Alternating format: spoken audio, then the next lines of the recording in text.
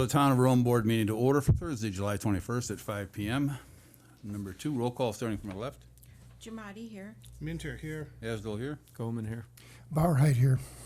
Number 3, certified posting of the meeting, please.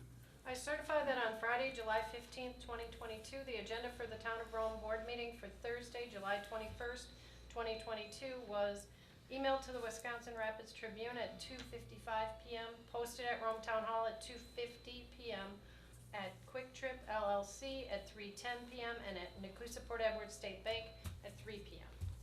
Thank you. Number 4, can I get a motion to approve the agenda? Motion to approve is printed. Second it. Any discussion? All those in favor, please signify by saying aye. Aye. Aye. Any opposed? Motion carried. Number 5, please stand for the Pledge of Allegiance.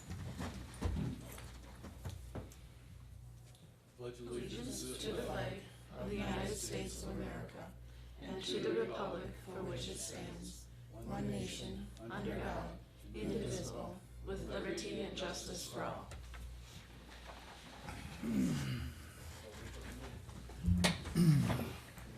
Number 6, citizen comments. Any comments turned in? No. We'll dispense. No action contemplated except possible referral to future agenda. Number 7, information updates, meeting recaps, recent correspondence, current events, and announcements. Laura, do you have anything to start? I just have a couple. That Midi Mutter is coming up on Saturday, August 6th at the Tri-Norris Winter Park from 10 a.m. to 3 p.m. And you need registration by July 22nd, which includes a t-shirt. It's $25 for contestant, and the course is recommended for ages 4 through 15. And that's sponsored by the Tri-Norris Ski Club and Visit Rome. And the Visit Rome is presenting their 2022 Summer Sounds, which is free to the public at the gazebo from 5:30 to 7:30 on Tuesday, July 26th, which that day they're featuring the River Cities Jazz Band. And on August 12th, they're going to be having another outdoor movie night, which was a real big success and hit the last time. This one's going to be cloudy with a chance of meatballs. And they'll be featuring popcorn and candy, and the proceeds will go to the library. That one's at 8:30. What day was that? Oh, that one is on August 12th. And that's what I have. Dan? Nothing. Dan? July 30th, there's a fundraiser ride for Partners with Paws Service Dogs, ATV, UTV. Ride, $20 per person. Registration opens at 8 a.m. at Lake Camelot Lodge, and the ride starts at 10. And they're apparently going to have some of the service dogs on site, so that'll be nice. Bob? Nothing. Yesterday, the Tri-Lakes Board had new sediment borings done. We had them done earlier this year, and that was to determine what we had for chemicals and anything in there, including organic. We tested for PCBs, levels of all chemicals, heavy metals, you name it. And that was to determine what the issue was in the lakes starting off and give us a starting point. Yesterday's sediment borings were done by a company called Solitude. They tested to see if we are eligible for phosphate treatments, and also if we are eligible for phosphate treatments, what level, how much phosphate needs to be added to the lakes. So they did 3 borings in each of the lakes, actually 6 in Camelot, upper and lower, 3 and 3. The sediment, it's an expensive process. The phosphates are running around $200,000 per lake, which is mostly covered by grants. So we do need to get this done so we can apply for grants, provided we qualify by September and November cutoff. So it was pretty interesting, but they got all the lakes done yesterday. That's all I have there. I'm sorry, Jamie, do you have anything? The only thing I would add is at your counters tonight was the budget comparison report through June 30th, which is essentially our halfway point of the year, and total budget percentage was at 42.67%. So as an overall budget, we are right on track. Okay, good. Just had a question for Come to David. the speaker, please. Podium. Gotta get you up Put me there. on the spot. You betcha. And name and address, please. Just want to make sure the light's on there too, Tom, so they can hear you. No. Oh, it's not plugged into the wall, is it? No, it's not. We can fix that.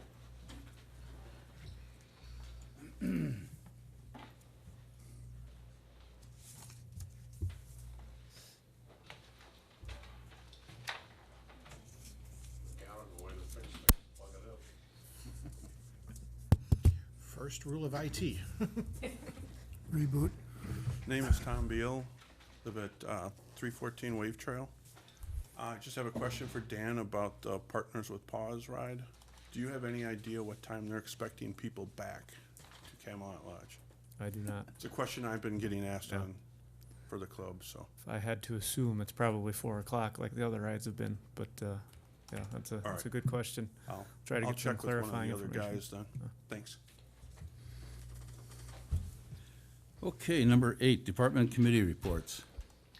Just if there was questions, I know there was a question about how many camping permits we were at for the season.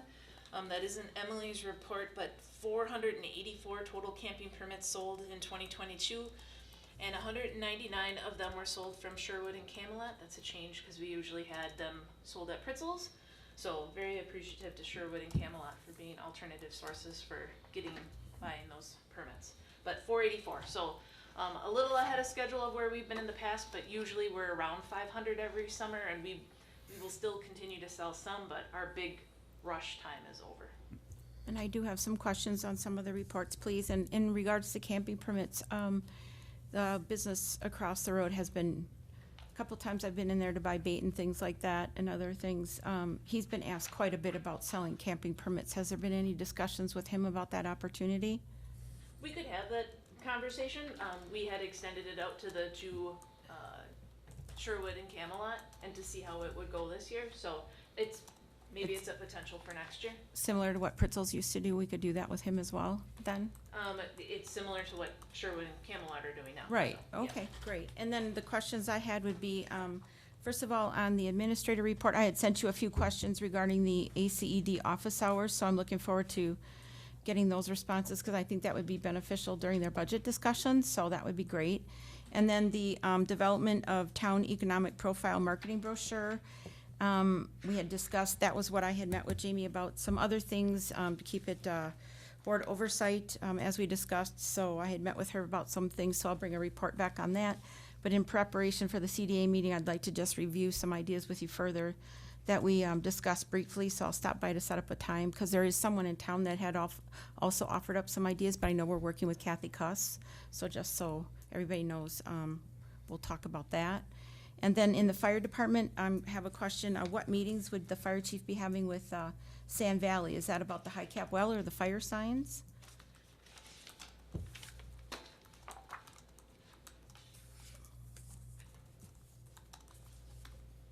I can ask him specifically. I see where it says Sand Valley staff.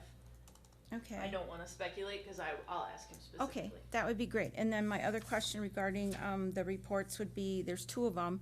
Actually, one of them is the approval of new driveway permits. I've been noticing a number of the new homes in town. A lot of them are fortunate enough to put their driveways in right away, and some of them are actually concrete, and a lot of them are asphalt, and they're installing them like right up to the roadway. And I know in the past, I mean, right to the road's edge, that, especially the one that comes to mind, because I go that way quite a bit, is right across from like Rome Realty, and they've got concrete right to the roadway. So in the past, maybe I'm recollecting wrong, but didn't we used to leave like space for the right-of-way, the town's right-of-way, in case there was any road repairs that we needed to have in the future, or any road repairs we needed to do in the future, or multiple utility access, like if that needed to be dug up? I'm just questioning. I know that in our ordinance, we do have provisions that relate to where there is a situation like that, and the Okay. concrete goes to the road, and what we will not reimburse for. Okay, So we do have some provisions in our ordinance that Right. do account for that. okay, I was informed of that by the building inspector when I got my permit for my driveway. great, okay, super, thank you. And then the other question would be for equipment repairs. I noticed that we had an end loader and also a skid steer that needed some repairs. We have Brad here tonight, so I think Brad's probably the best one to answer that question on what those repairs were. Are you looking for the specific repairs? Yeah, because there was one for a skid steer repair, and then also there was, when we get further into the check register, there was another. And Repair. like, cat end loader had to repair the back door on it, the AC condenser, and the baffle panel.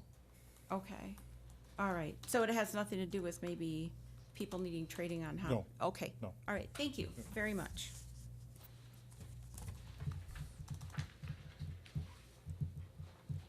That was it on the reports, thank you. Dan? No questions. Dan? Bob? Nothing. My turn. Let's see, we'll start with Rome Fire Department. One of the things I had talked to Jamie about, and I'd seen it on TV from Arborvita, they had brought in a fire suppression tool, and it seemed like a pretty neat piece of equipment. I just wondered if it's something the fire department can use. I talked to Chief Lobby about it. He thought it'd be a good idea also for the squad cars. And if that thing is useful or needed, there's all different varieties there, and it might fall under grants. So it'd be something the grant committee can go after and see if they can find. I think it'd be a question for Mark to see if he has a need for it. Is that the blanket thing? No, it's a little case, and you pull the plug, throw it in the room, and it poof, puts the fire out somehow. So might be useful. They run anywhere from 2,000 to 6,000. Seemed like the one Arborvita got, and what I looked up online was $1,100, $1,200. Seems like a pretty good unit. So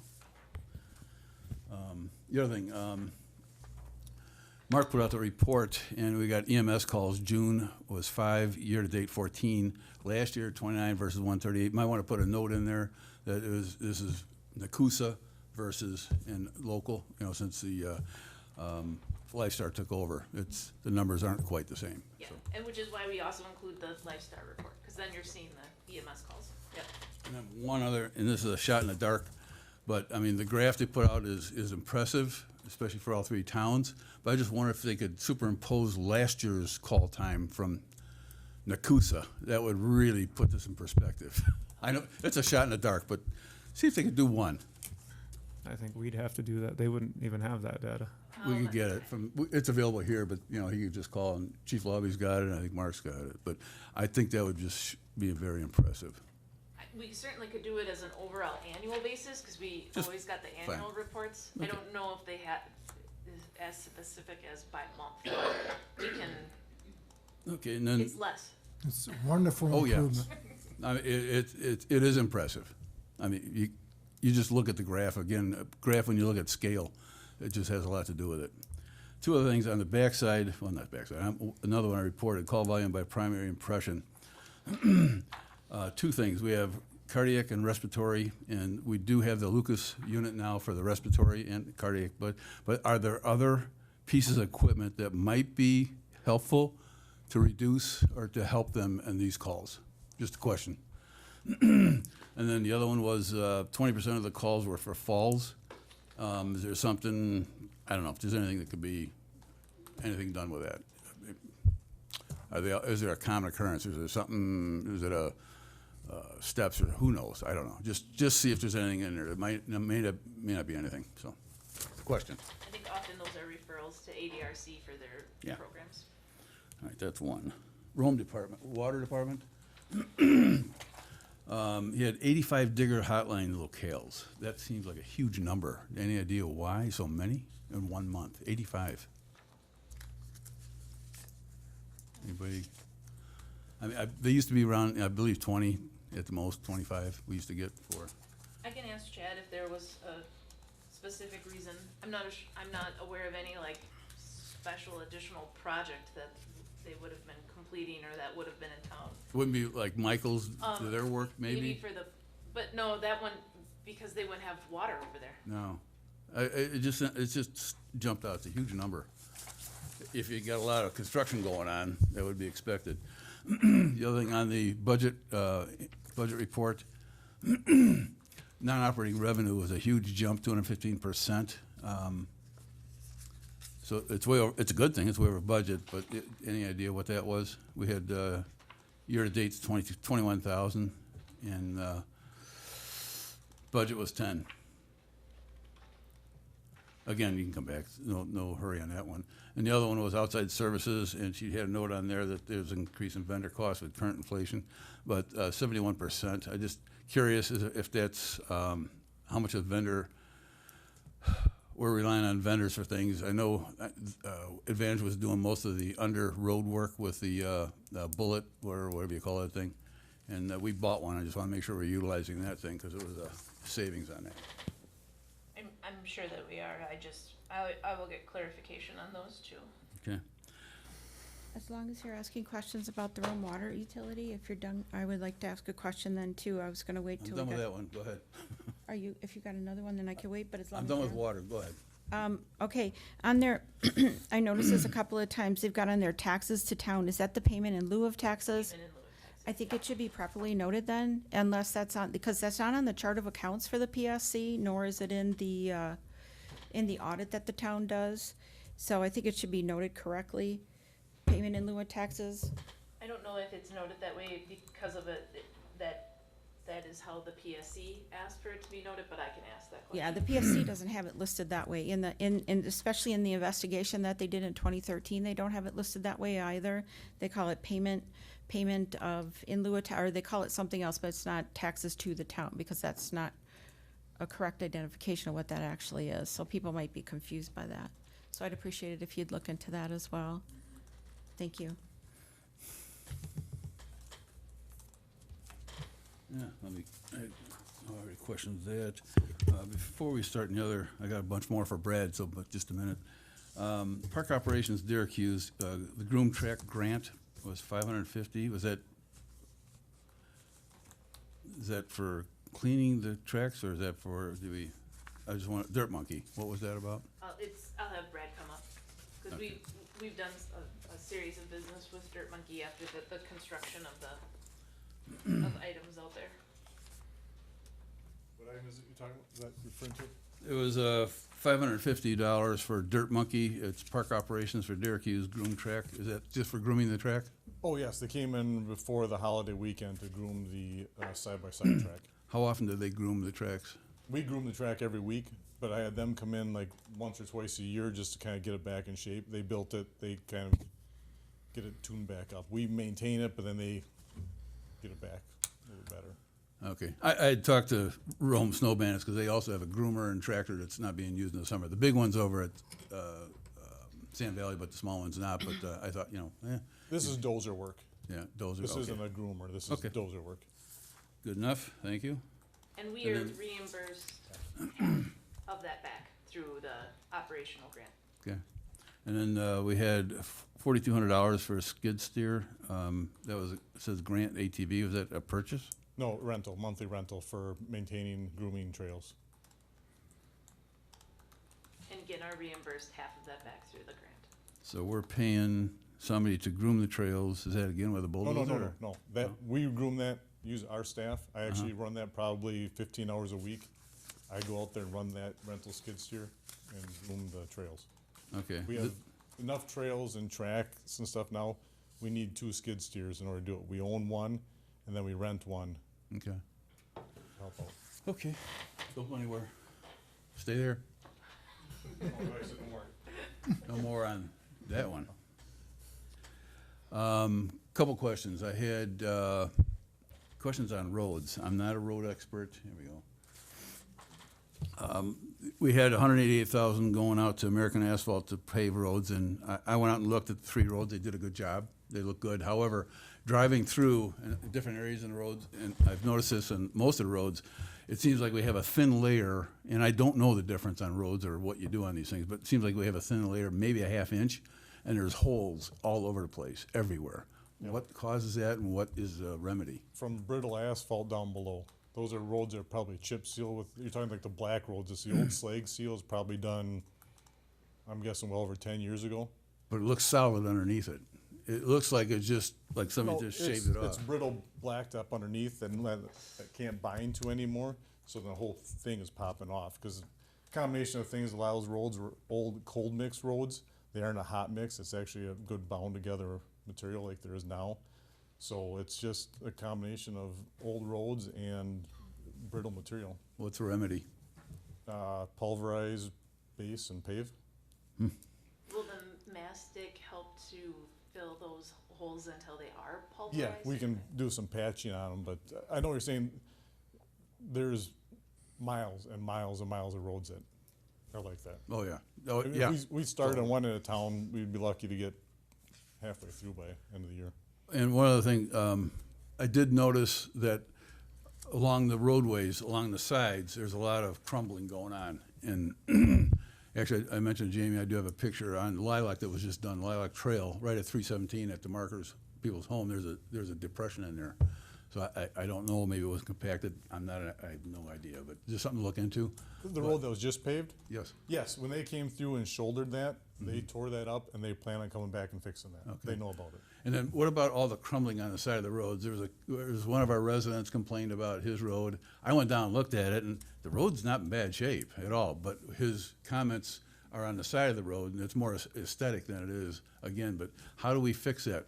Going down Badger, when you look down Badger on the side of the road, it's like straight as an arrow on the side on there, and I didn't see any crumbling on Badger. But you go to a lot of our other roads, and there's crumbling all over the place. I'll say this comes back to the roads that were put in back in 1978, 79, when most of the roads in town were done. We're done with a cold mix. And even we replaced the culvert out on 9th Avenue 2 weeks ago. And when we dug that out, center of the road probably had 2 inches of blacktop. The outside edge had a half an inch. Just from the way they were built back then. I like to always compare, you're building a road like building a pyramid. You gotta work yourself up and you have to have a good wide base. And I think a lot of those roads are put in, they're sand. They put down just a little bit of gravel and they didn't actually build a shoulder on them. yeah. So now you got that problem. The other problem that causes that is the fact that we don't have good ditch systems in the town. So your water is sitting along the edge of those roads and that's also helping break that up. Suppose the freeze cycle doesn't help either. No, that never helps thaw. once you get water in there. Okay, and I didn't bring my other notes with. I did see where you have the roads you plan on doing next year that are bringing forward from 2024. They're going to do in 2023 because we brought 2023 to 2022 due to ARPA funds, right? We aren't really bringing 2024 forward. No, there already was roads in 2023 set up in our 5-year plan. But we're doing those this year. There's like 5 of them No, or 6 of them? we just did the chip seal from 2023 to 2022. No, we authorized like $143,000 That for, was the chip seal, so. but you- that was supposed to be done in 2023. Now it's done. So what I'm asking, what are we looking for to bring forward from 2024 to 2023? So I think Start moving Brad ahead. will cover this somewhat in his presentation, but Okay. we talked that with that grant with Apache, we are set that money aside, and if there's extra expense, that's of our cost. Yeah. So we wanted to save some of that in case there is extra expense or change orders that happen on that road, so we're prepared for that expense. Okay. Yeah. And then on the bill funds, that's going out for the next 5 years? Yes, but the application period's done. They only ran it that one time. Really? Yeah, the original scope back was that they're gonna do it every year.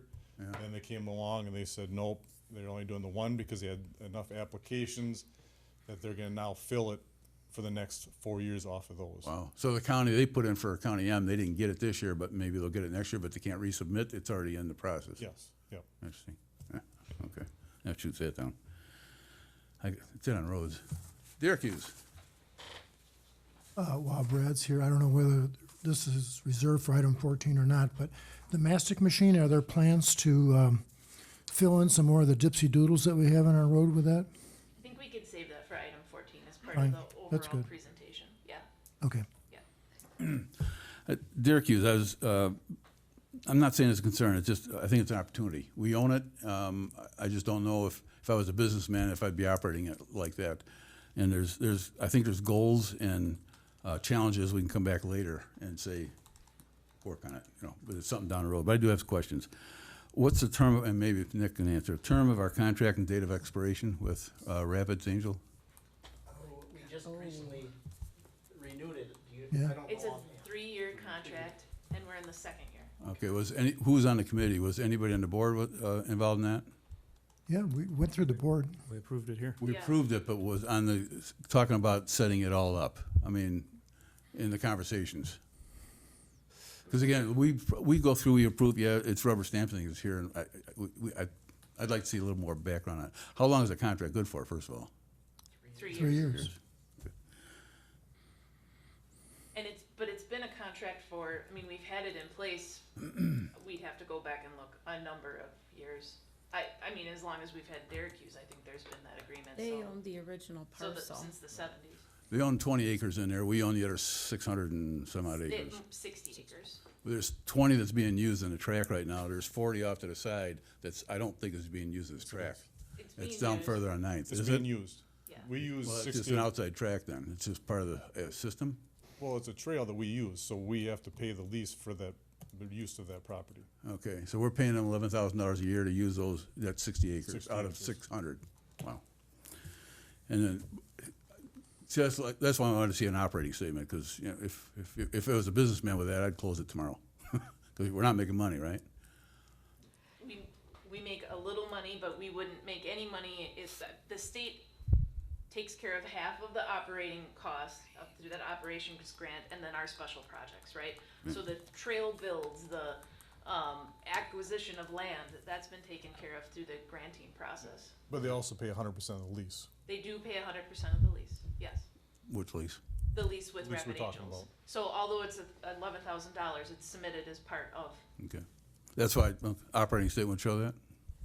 well, it would show the grant coming in and the lease going out, or Okay. the payment of the lease going out. Okay, and then they have the park for 10 days out of the year. They can close it. Is it 10? We'd have to look at the lease. It's a certain, 10 days. is it 10? Okay. So then we receive no revenue at all out of those 10 days. That's great. Is there any option, and are they using the whole track for that, or there's no option to use part of it, you leave it open? Okay. I did notice there's a BMX track up in Eau Claire. They also have the disc golf within their area there. Is there area for a disc golf there? I'm looking for other things we can do. It's an asset we own, and is there other things we can do to generate more income out of it?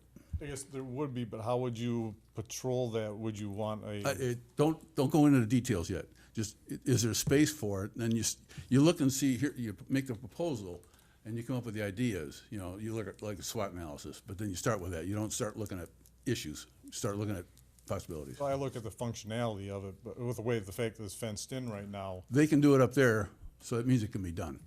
Yeah. They're doing it with a BMX bike, not with. Yes. Not motor vehicle. Not with yeah. No. I don't know about the cross of pedestrians with the, They have a trail, it says, I saw it, it says, you know, watch out for BMX traffic. Well, that could be an issue, yes. But, I mean, you can do bridges, there's things you can do around it. I'm just throwing it out there as a possibility. We got a lot of acreage there.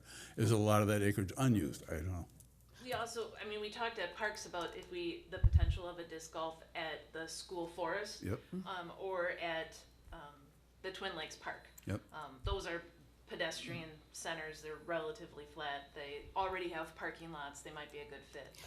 Yeah, but this would bring people into the Derek-Hughes, and that's where we gotta expand, in my opinion. We have to expand our business here. Lori, you got a question? Okay, so that takes care of that. Concession opportunities, is there openings for that? If you have more business, obviously, concession would be much more of an active, activity. we invite food vendors out there right now. Yeah. Do we have food trucks or something out there when they have these special meets? We are not part of those special races. It's But their we- park. If they want to have vendors out there, let me back this up. They have their youth motorcycle club that sells concessions at their events. Okay, yeah, okay. We also have allowed nonprofits to come out on busy weekends as an opportunity for, I think the Boy Scouts have done it, the baseball team's done it, the Parks and Recs have done it. And Vets, veteran, it's been a good, cooperation for nonprofit groups to, Yeah. yeah. Okay. And then, again, I'm pushing this campground across the street. I think that'd be a huge asset. So we'll look at that with the grants committee, though. And then maybe put up a suggestion box for visitors, sample questions, see if they got any thoughts, ideas on what. I was on the internet looking at different ones. There's a lot of skateboard things on there. I'm just looking at other activities we could add to it. You're worried about the business on Thursday. And I look at it and say, well, if we're missing sales on Thursday, what can we do in a marketing point of view from increasing the sales? So I'm always looking, how can you increase sales? So that's One thing going forward, I like to to always push keep that. in mind is that once they're open 4 days a week, we only have 3 days a week to groom it. We need all 3 of those days Really? to groom it. So we really can't. You familiar with the ski resorts out in Colorado, not a Montana, skier, Wyoming? no. Yeah, they groom at night. Just throwing it out there. You're giving me a problem, I'm giving you a solution, so just throwing it out there. So just something to look at, but down the road, we're gonna be looking for different opportunities there. Anybody else have anything else? Didn't mean to take all that time, but I had questions, so thank you. Thank you, Brad. Discuss and possible action. Discussion and action approval of the July 7th, 2022 meeting minutes. Motion to approve is printed. I'll second that with just a comment on number 7 in the minutes, if I could, please. With a notation, please, where we got the additional contribution from the Fireman's Fund. If we could make a notation, please, about the amount that they gave us, if we could add that notation, because we did have a resolution as to the amount for 2022, if we could add that, so that we have a paper trail. I believe it was 3,500 that the fire department fund contributed, I don't think it was that much. or 2,500, so that they could buy 10. But then I'll that, look at the invoice. thank you, I appreciate that, because then we'll have a complete paper trail that'll go back to our resolution. I would ask in the future that it be made part of the motion, because that's why it's not in there, is because it was not stated. Oh, it was stated, Mark, No, not in the motions. That's what I'm saying, in the motions, if you could include the amount of a donation, then I would include it in the minutes. So if we could do that in the future, that would be helpful. Yeah, and the resolution had the amount that they had to raise in donated funds, and they were over that amount. But I can look to see what that specifically was from okay. the fire department fund.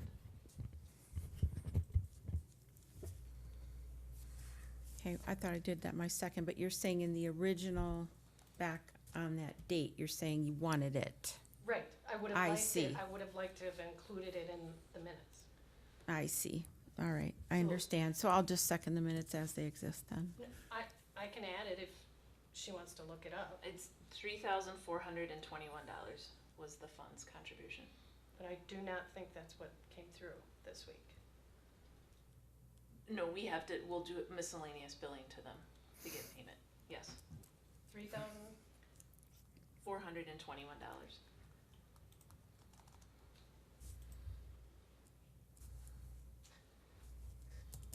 Okay, we have a motion and a second. Mr. I'll agree Chairman, to that. Nope. are you agreeing? Yeah, yes. Okay, thank you. more discussion? Sure. Last meeting, Mike Fisk, a resident, brought up to us the fact that invasive deer are invading our community more and more. I know that when I first came here 45 years ago, if you saw a deer at 6 o'clock at night, it was a rarity. Now, it's commonplace. They're not afraid of people anymore. They come into your yard, destroy flowers and other things like Mike mentioned as well. Not just damage to the yard, but a nuisance to walkers and pets.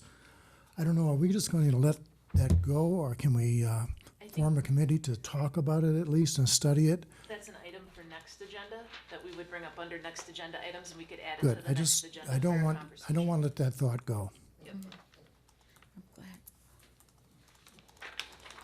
glad. Any more discussion? All those in favor, please signify by saying aye. Aye. Any opposed? Motion is carried. Number 10, discussion and action, checks, vouchers, receipts, and journal entries. Approve checks numbers 44,266 through 44,355, totaling $431,016.04. Auto payments totaling $61,748.68. State Social Security Medicare withholdings totaling $54,389.54. Payroll vouchers, V18906 versus V19098, totaling $147,495.90. And checks number 21647, totaling $380.53. Receipts numbers 23465 through 23639, totaling $422,773.11. I move to approve the checks, vouchers, and receipts and journal entries. Second. Any discussion? Yeah, a couple questions. On page 7, there was an item there for police operations, which was $492 and some change for a Glock 21. Is that for a gun? Yes. Do police officers provide their own weapons, or do we provide them for them? We provide the weapon. Okay. We purchase the weapons. Purchase or it's an allowance? There's an allowance, but when there's an original. Yeah, I thought there's startup allowance for uniforms and things like that. Yes, there's an annual allowance for uniforms, but we do purchase the Okay. weapon. And then on page 11, there's an item there for DNR grant fire operations for $2375. We got reimbursed for that, but we purchased the list for Amy Penn when they mailed the postcards about no more fire permits, and she reimbursed us. She wasn't able to put it on her card through the county, but she got an address list from the county, that's at that expense. Okay. And then here, do we pay something back to like the property owners associations for camping permits? I see there's one here for $44. They get $1 every permit they sell. Okay, And that's what Pritzl's received too, was $1 for every permit sold. Great, thank you. I have questions as well. Okay. Excuse me, on page 4, for fire operations, for grant items, what are the items? And normally when we see, well, I'll save that question, just in the future, if maybe we would have some list provided to us, but I actually have a question. When we get into larger items we see on the check register, we see a list. I recall in the past that prior to being on this board, when you see operations versus outlay, outlay is usually for projects. So when you see something with larger expenses, such as with Timberline being cleared, there's quite a large outlay. Let me just find that page. If you go to page number 15, excuse me, it says Timberline extension. That's $4,829, but it's to operations. So to me, that's a project. It's not necessarily equipment. So for you, what is your differentiation? To me, that would be like capital outlay. So could you explain that to us for town board oversight, as you and Amy expressed it to me when I asked the question about seeing payable vouchers? Yeah, so for that Timberline expansion, $5,000 is usually what we put under capital, so that one fell just under. That was just for the removal of the trees. Okay. That also isn't part of the overall, like when we would put the road in, or we would put water along that road, those would be capital things that we would be looking to have replaced. We'll never have the trees replaced, so that's why we took it out of operations, because it's a one-time expense that isn't going to be depreciated over time. Okay, and that's something that, they did the entirety of that service? They did all of the tree removal and the clearing and everything? Yes.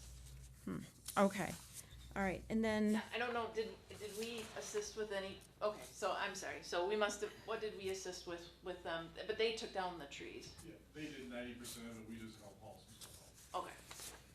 okay, and then we have one on page 18 for the Horton Group, accident and sickness policy for $1,299. What type of insurance is that for? That's a accident and sickness policy for the volunteer fire department. If something would occur, it's a,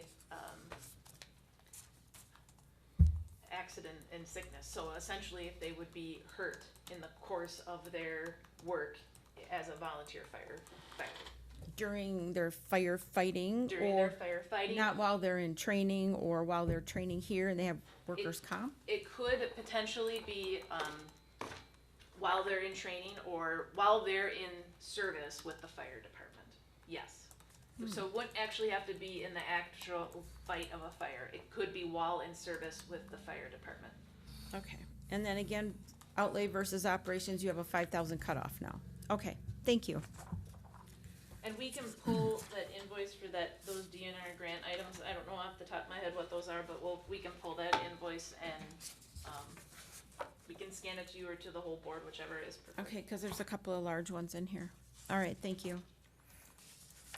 Are you speaking specifically of DNR grant, couple of large ones, or just that one in particular? There was another one on page 16 for $3,373.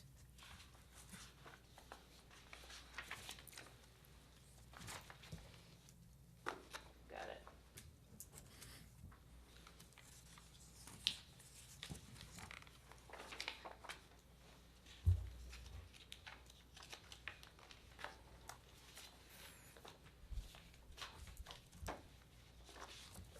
Any further discussion? All those in favor, please signify by saying aye. Aye. Any opposed? Motion's carried. Number 11, discussion and possible action. Approval of recommendation from the Plan Commission on consideration of the issuance of a site plan of operation for Mackenzie and Glen Murray for the property located at 1158 Archer Avenue, also described as Lot 1, CSM 6247, located in the southeast 1/4, southwest 1/4, Section 20, Town 20 North, Range 06 East, Town of Rome, Adams County, Wisconsin, with a parcel number of 030-00841-0015. I'll make a motion to approve the site plan and plan of operation for the property 1158 Archer Avenue. I'll second it.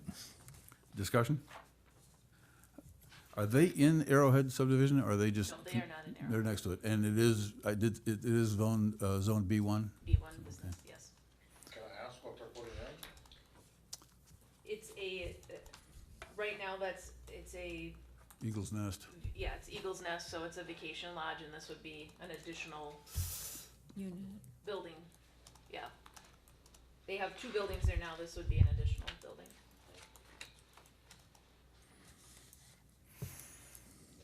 One other comment, I believe they also went through a, land division on that property, and so, we did review that, and approved that. Just a general comment to agenda items numbers 11 and 12, as it'll apply to both. The Plan Commission did hold a public hearing, for both of those items respectively, and after the public hearing, recommended approval on each of those items. Any further discussion? All those in favor, please signify by saying aye. Aye. Any opposed? Motion carried. Number 12, discussion and possible action, approval of recommendation from the Plan Commission on consideration of the removal of short-term rental conditional use permits, CUP, for following properties due to 12 months of inactivity: 456 Pro Trail, 1421 Rabbits Trail, 265 Penhurst Way, 1459A Rain Dance Trail, 1683 North Aurora Lane, 385 Leeds Court, 986 Excalibur Court, and 1303 Arrowhead Trail.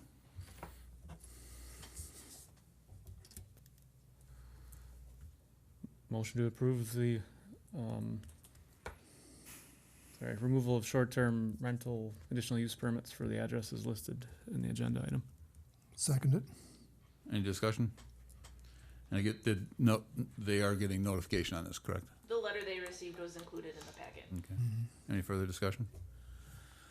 All those in favor, please signify by saying aye. Aye. Any opposed? Motion is carried.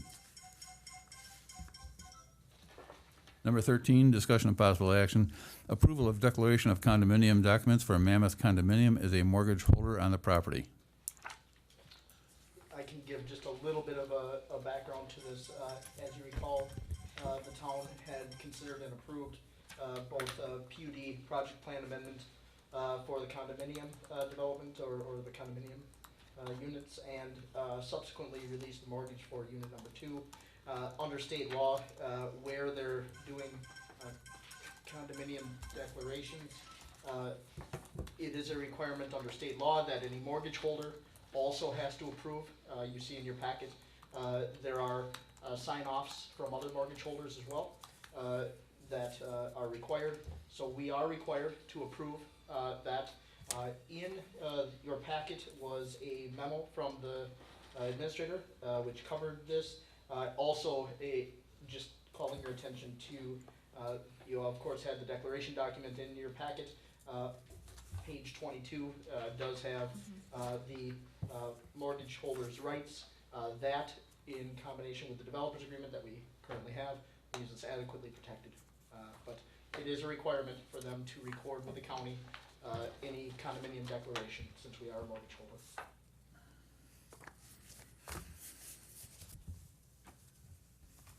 I'll move that we approve the declaration of condominium documents for Mammoth Condominium as the mortgage holder on the property. I'll second it. Any discussion? All those in favor, please signify by saying aye. Aye. Any opposed? Motion's carried. Number 14, discussion only, presentation from Brad Martinson, Director of Public Works, regarding the state of town roads. Okay, now for the fun stuff that everyone came here for tonight. You see in your packet, you're given kind of a brief summary of what we've done the last 3 years and the possible proposal for next year. One thing I guess we'll like to just talk quickly about is that Apache Avenue has been a struggle getting this going. Every time we send something into the DOT for approval, they change their scope, their plan. We are still getting the road done. It's not done the way I would like it, but it still is getting done. The original plan was to pulverize it, add base, and pave it. They won't allow us to raise the road, so now it's going to be just a removal of the existing blacktop and repave 2.5 inches. There's gonna be no base strengthening done at all. What kind of cost difference is there gonna be, any? They don't have a cost estimate yet. Was that GEC, I saw them out there last week, was that part of their work project? General Engineering is doing some of the work, yes, for that project, yeah. But I guess the good news is we're still getting it paved. It'll be better than what we have right now. I guess I'll maybe answer Supervisor Barheight's question on that mastic. So far, we also have done Wedgewood I saw that. and Leisure. We got a little bit to finish up on Leisure, and we're also gonna be doing Arrowhead Trail. Would I like to do more? Yes, but I'm out of budget for material. It's gonna be close. You know, we're only approved to buy so much mastic through the budget last year, and I wanna make sure we stay under that. What, in your opinion, causes these dips that are almost perpendicular to the road? One or two things. Some of them are caused, if you ever notice, if you look along, you see a crack, and it's set out like that, look to each side. Do you see the utility pedestal? That happened from when they ran that, bored that line underneath. Also, if once you get a crack and the cracks weren't sealed, you had water in there, water washes your fines out of your gravel, and then you start getting a settling that bump in there. Brad and I've already talked then for next year, we'll actually get a semi-load of mastic. Yes. We'll order a Yeah. semi-load of mastic in. How much road will that cover? Well, it depends on every Approximate. road and every crack. Yeah. What have we done? We've done maybe 4 to 5 miles.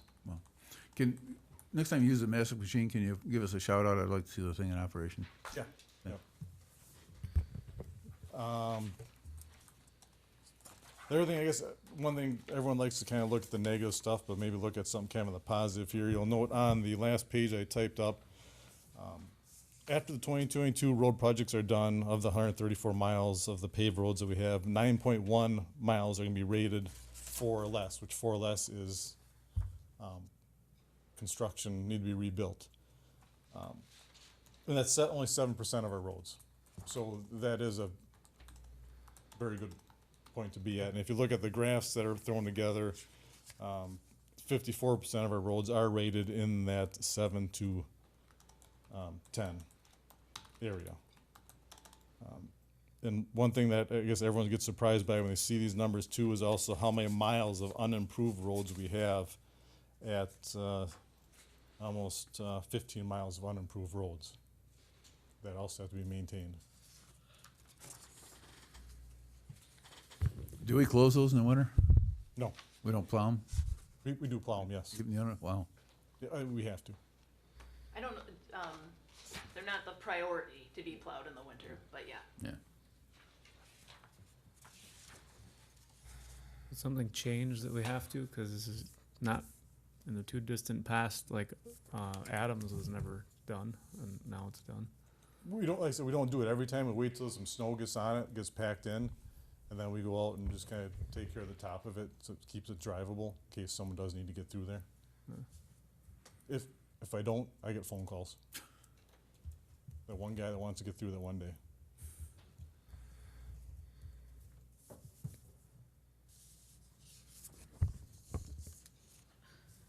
Anybody have any questions? Any other questions? Brad? I would note that Brad did include that in 2022, the cost for 1 mile of road to be pulverized, based, and paved is $222,000. We do expect that to go up, especially with the BIL funding that's been going out. Contractors their costs have gone up, fuel has gone up, and with the work that they've gotten, they will likely charge even more because these would be smaller jobs in order for them to get to. So while it's 222 this year, it'll probably take a dramatic incline through these next couple of years. I actually talked to the regional or salesman from American Asphalt. They gotta come and finish up that 9th Avenue. When they bid that work out to us back in February, it has now doubled in cost. Wow. But we are locked in at that price. So we're fortunate we bid back then, but like Jamie said, that's not going down for next year. Well, yeah, probably not. Any questions? Thank you. So we're, Nope. no, I do Oh, have Lori, one. go ahead. So are we going to explore any other options for doing more than just this next year? Are we not going to explore anything else? for I think doing- we can do that budget time and see what options are out there. Because with the build program, with what we went to in May, the three of us, with what's available out there, He just said they cut that off, though. Yeah, we can't apply anymore. Can't apply anymore. They shut down the Change the application rules. period. but there's more that can be applied for in the future No, at all. no. That original 5-year plan where you're supposed to be able to apply once every year, they shut that down. The state, Completely. yes, they only took the one applications back in June, and that was it. Because they got so many So many. applications, projects likely will get funded, but in other years. Yes. And did we know that at the time we put in our original application? No, Well, I think the original was only applicable for 1 year, wasn't it? yes, that was, That was only, they were only looking for 1 year. yeah. And then we got ours in we were lucky, I guess. We were one of the few that applied.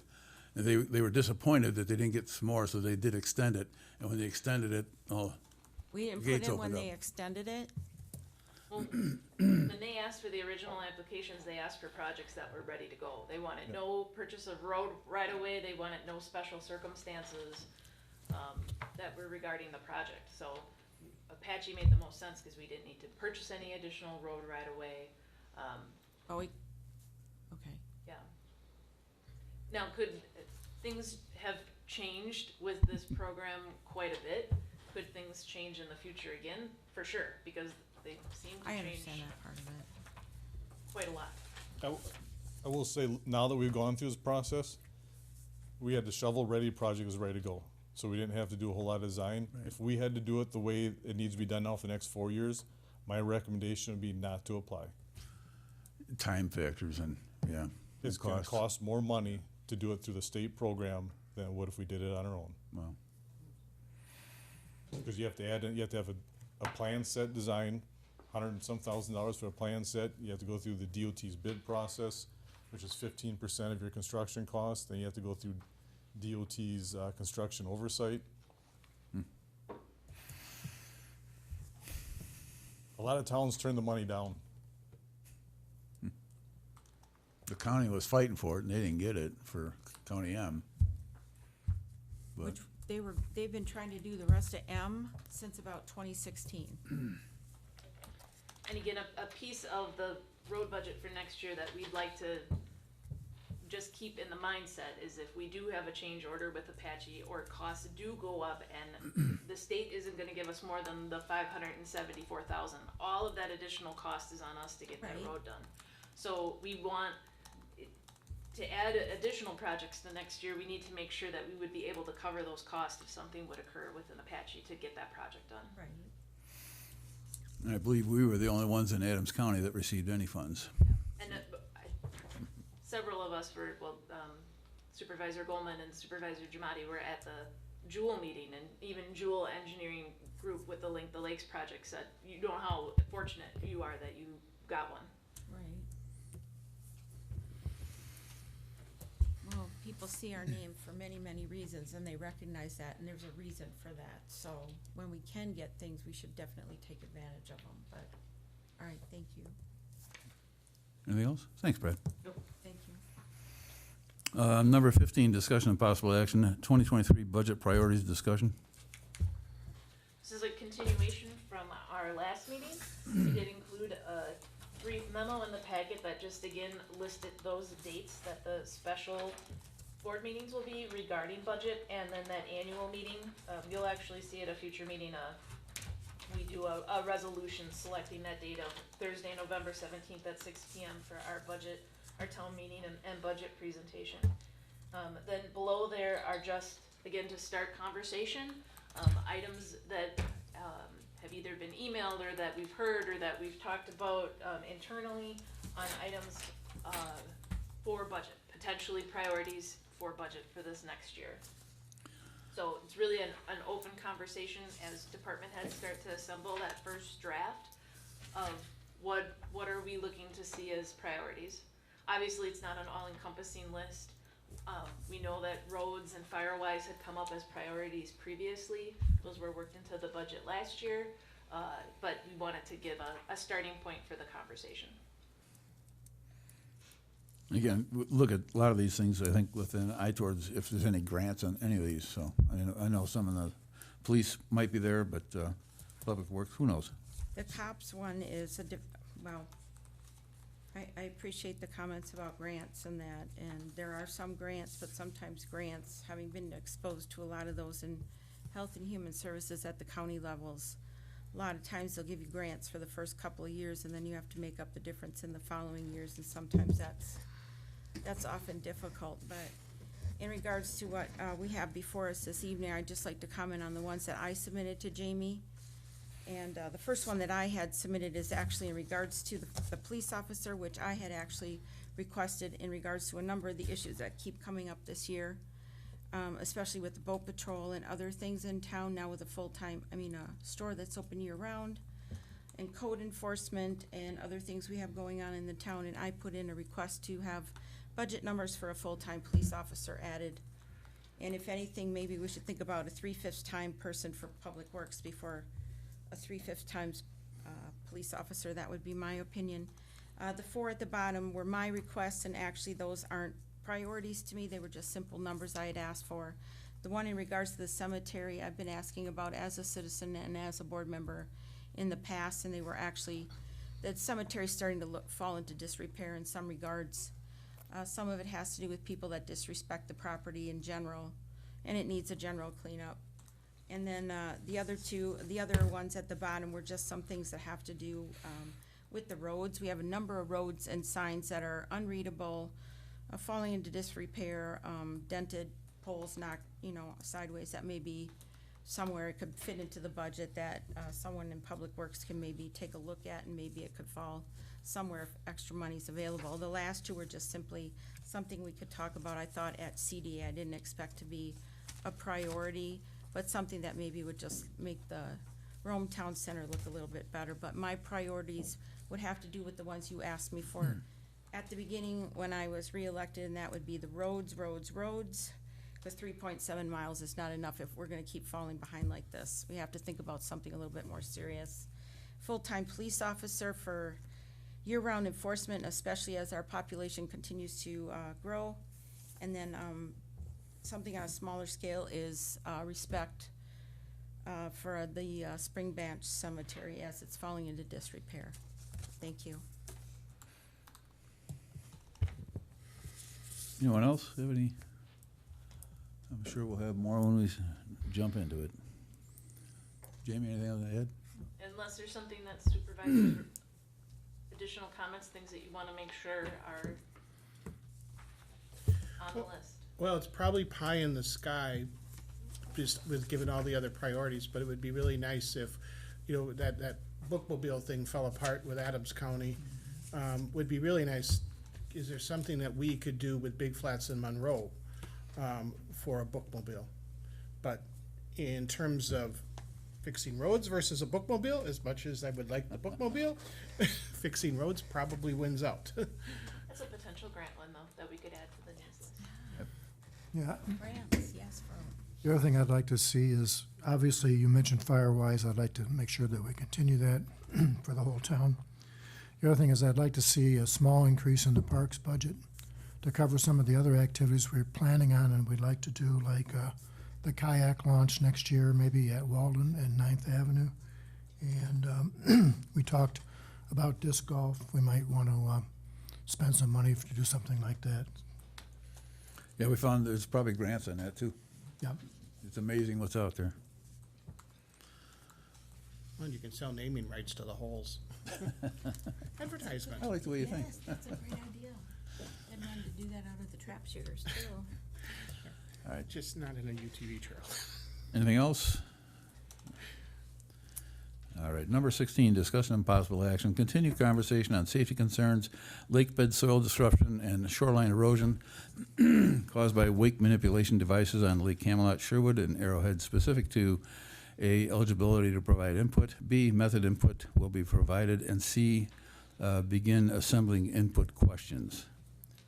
And I'd like to add one to it. We have the three items there: safety concerns, number one for sure, lake bed soil disruption, shoreline erosion, and the fourth one is property damage.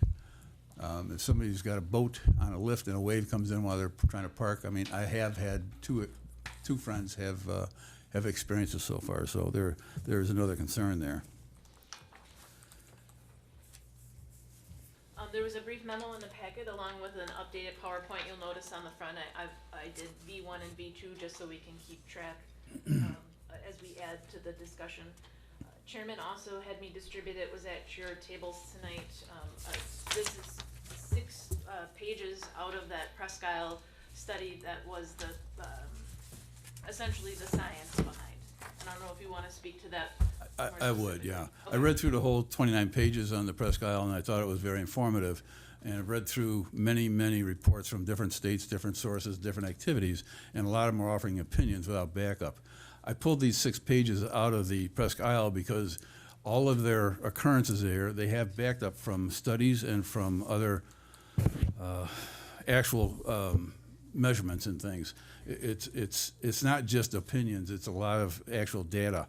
I did find another one from Quebec that was listed, and I footnoted that.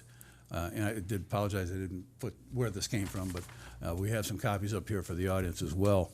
But the one from Quebec also verified a lot of the same information on here. One of the things that surprised me was the soil disturbance, the sediment disturbance when the prop wash goes down. This one calls for 16 feet. The Quebec study said it goes down 16 to 19 feet. And our average lake depths are, I think, 7 to 9 feet. So it is important. And again, with doing the sediment testing yesterday, we know we have some issues, and that's going to be an issue going forward. But I asked that she produce this for the board to really read through this. It's great information, and it's got very good backup on it. So, and there's, again, copies here for the audience. So if we wanted to start the discussion tonight kind of with the first question, which is eligibility to provide input.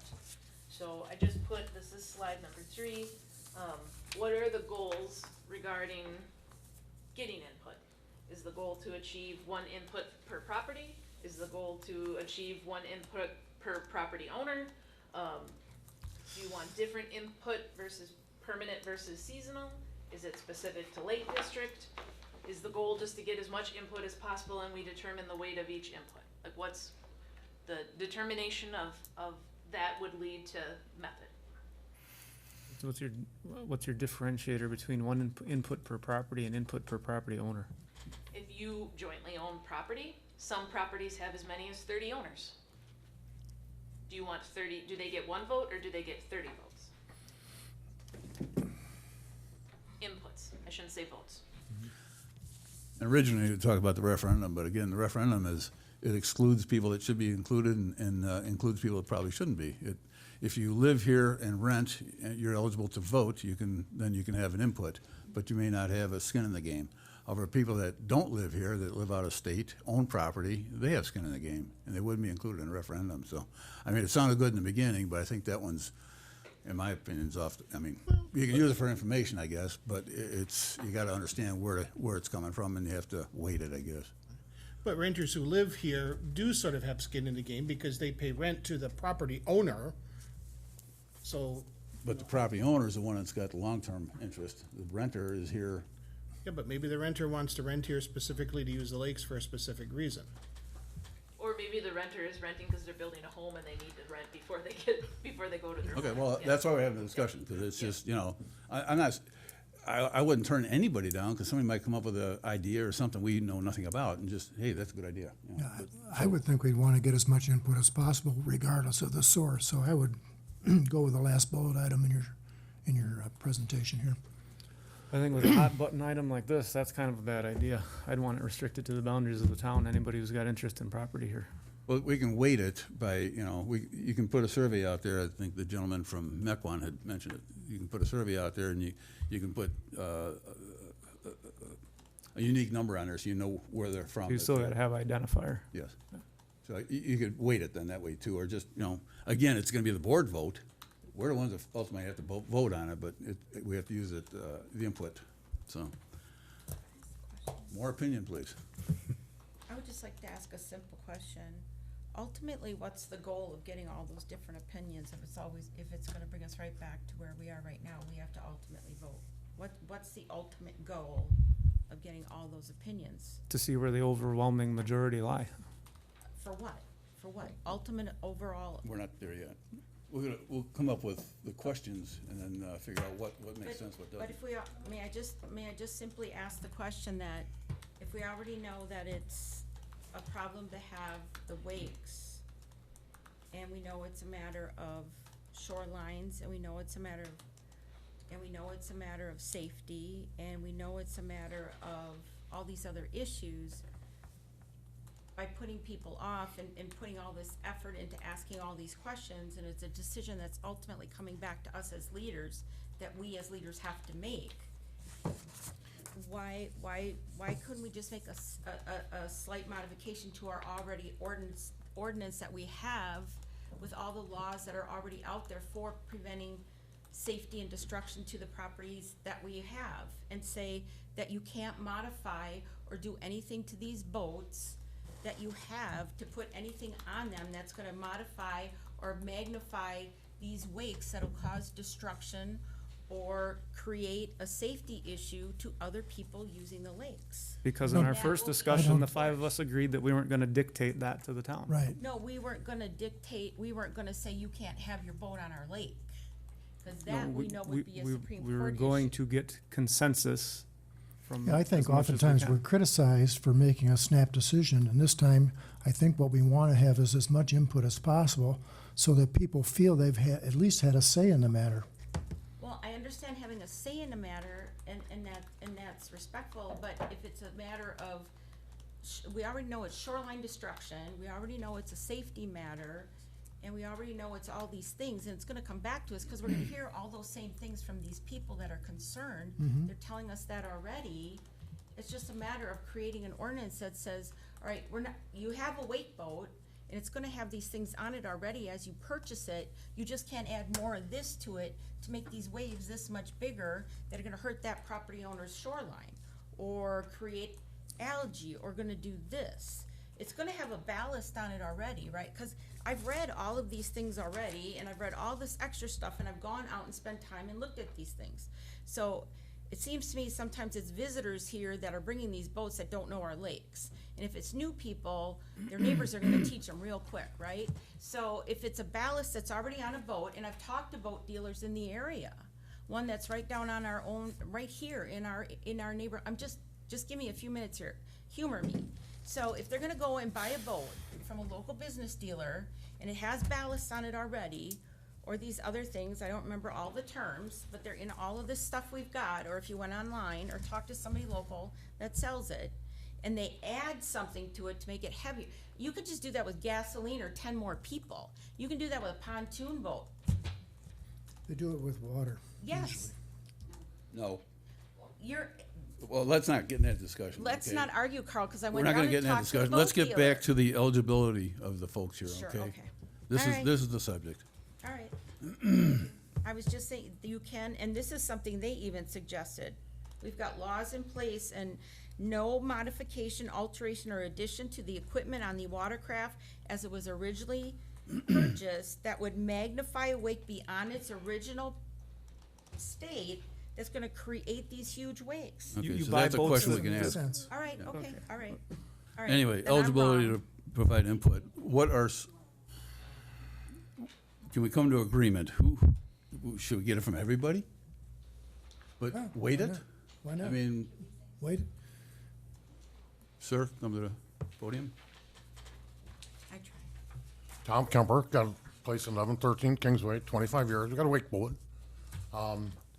I believe people that own property on the lake or at a beach club are the ones that should make the decision. We can't vote here, I understand that. But I don't want somebody, God, I shouldn't say this, living on a pine plantation, never had a boat, never have a boat, but his buddy says vote against it.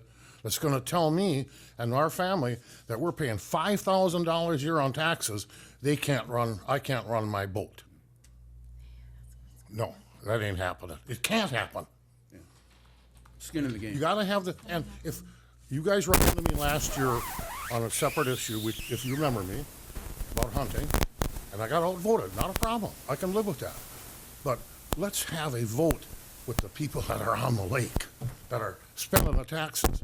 80% of your tax dollar is coming from these 3 lakes, correct? For Adams County, is what the rumor I've heard? I don't know the number offhand. Oh, some big change. I don't Fine, play into rumors, but- that's my question on eligibility. So. I'll sit down till next. Cheryl?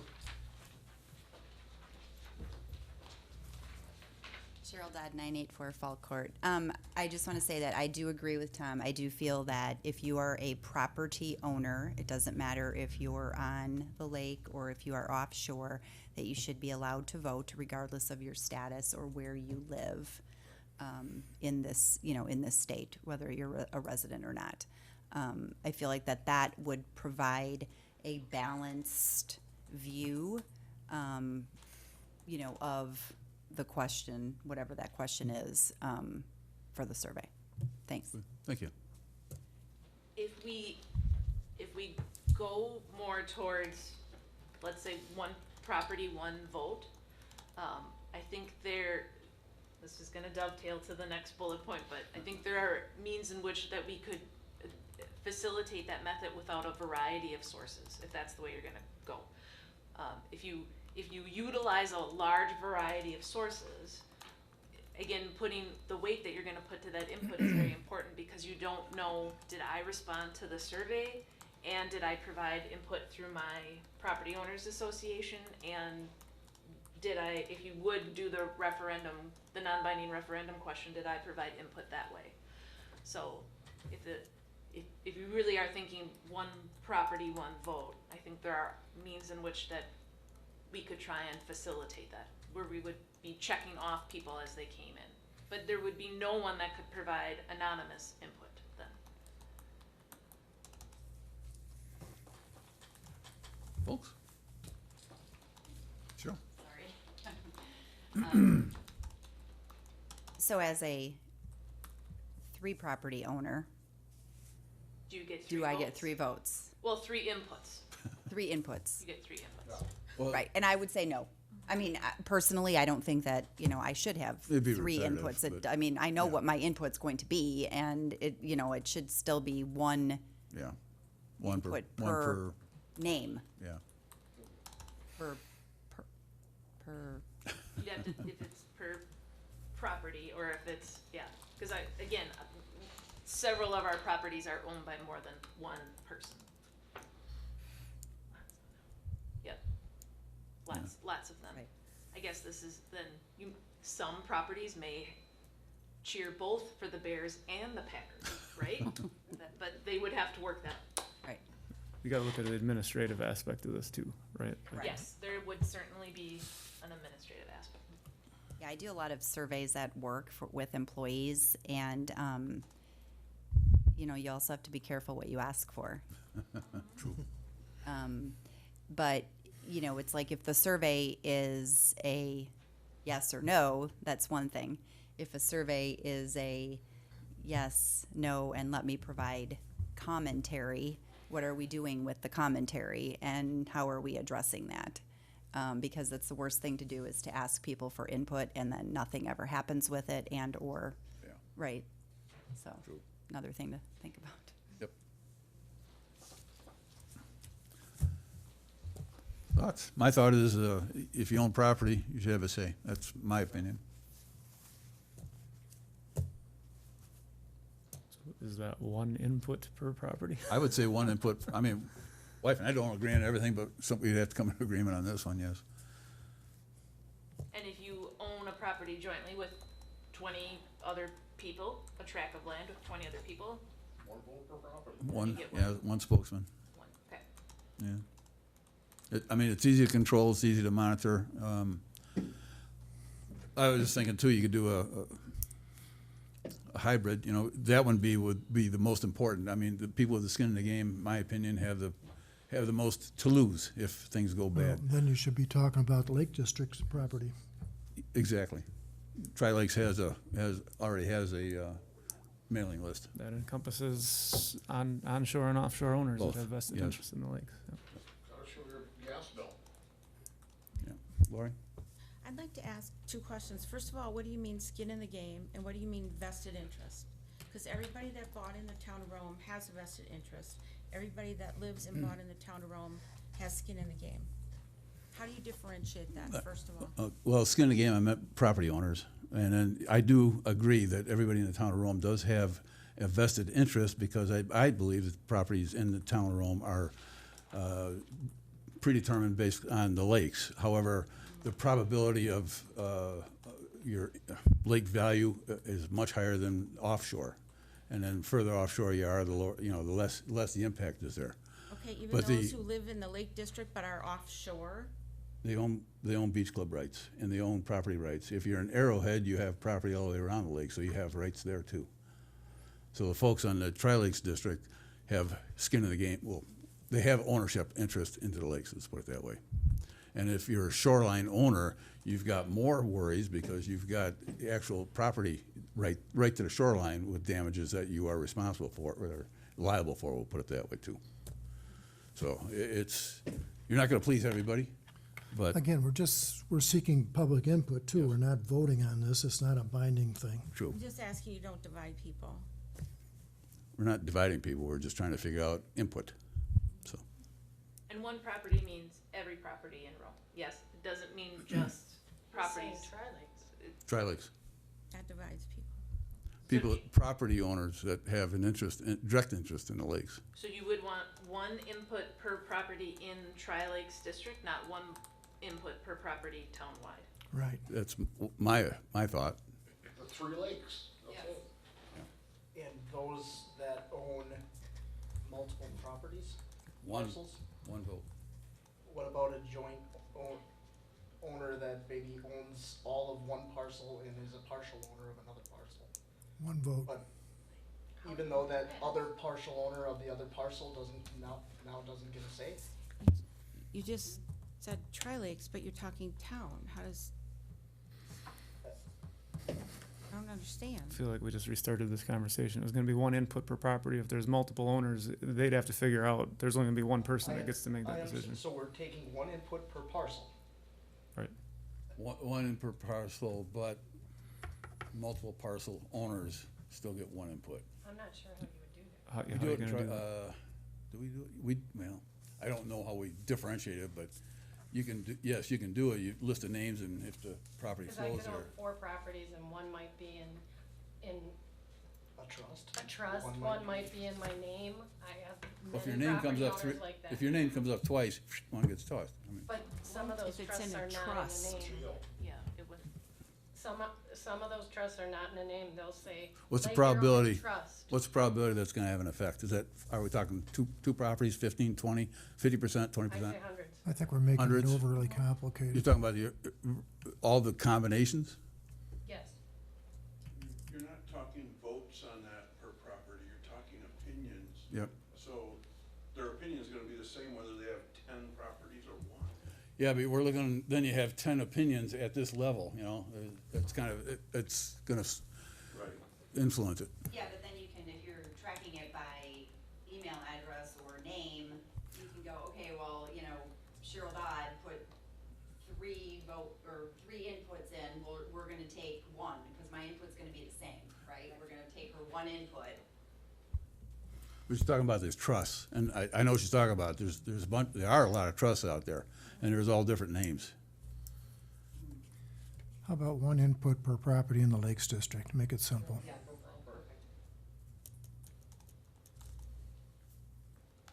How does that work as a legal one? Well, I'll tell you, because this body, this governing body makes the decision. This body is also making a determination on how they're going to receive input. That's all you're doing here. Yeah. If Right. you all wanna set rules for how you're gonna receive input, you're gonna have to ultimately weigh it and make a determination, and I'll give you a legal opinion when we get to the point of what that regulation would be. As far as how you're receiving input, that's what you're determining today. I like the idea of the Lakes District, because all those people are paying additional in their taxes to go to Tri-Lakes Management as it is, so. True. Yeah, but you have 3,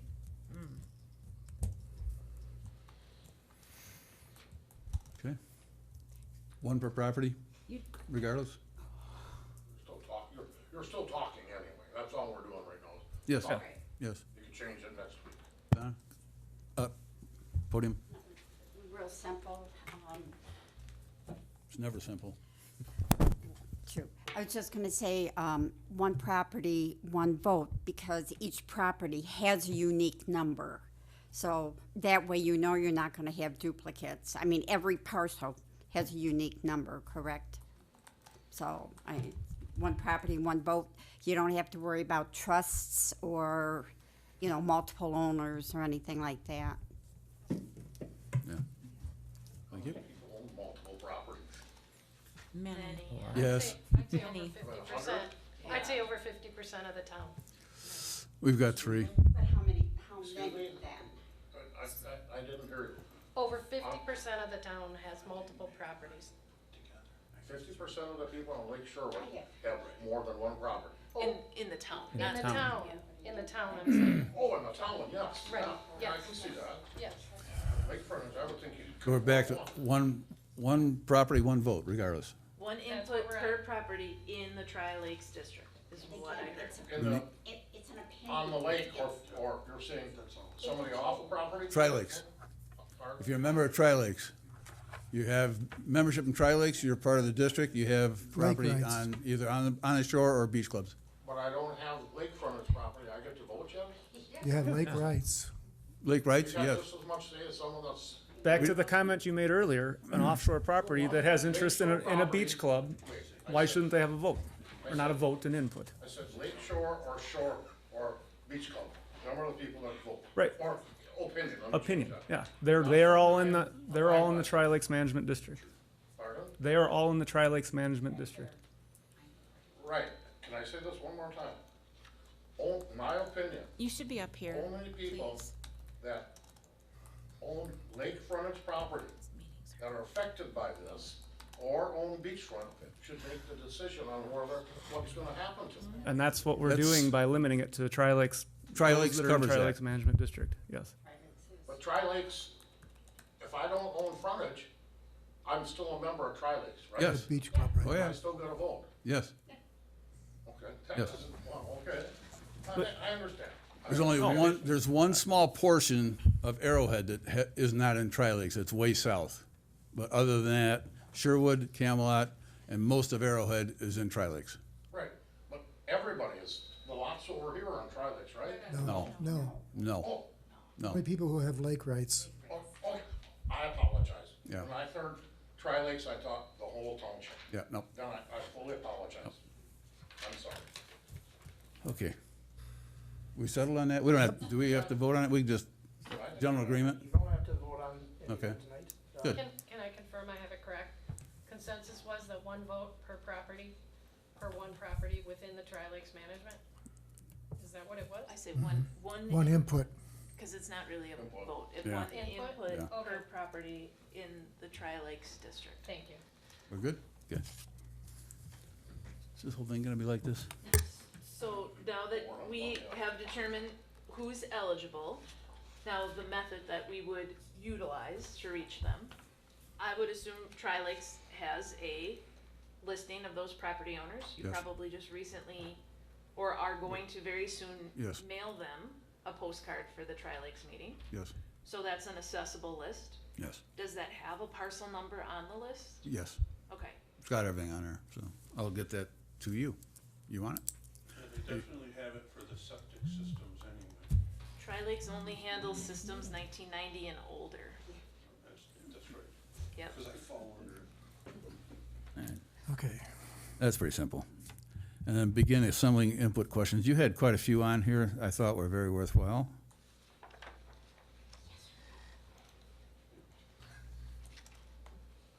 Anybody have any additional ones to put on there? There was one I don't think should be on there, is like, the one that was up in Presque Isle was banned boats. I don't think that's an option. No.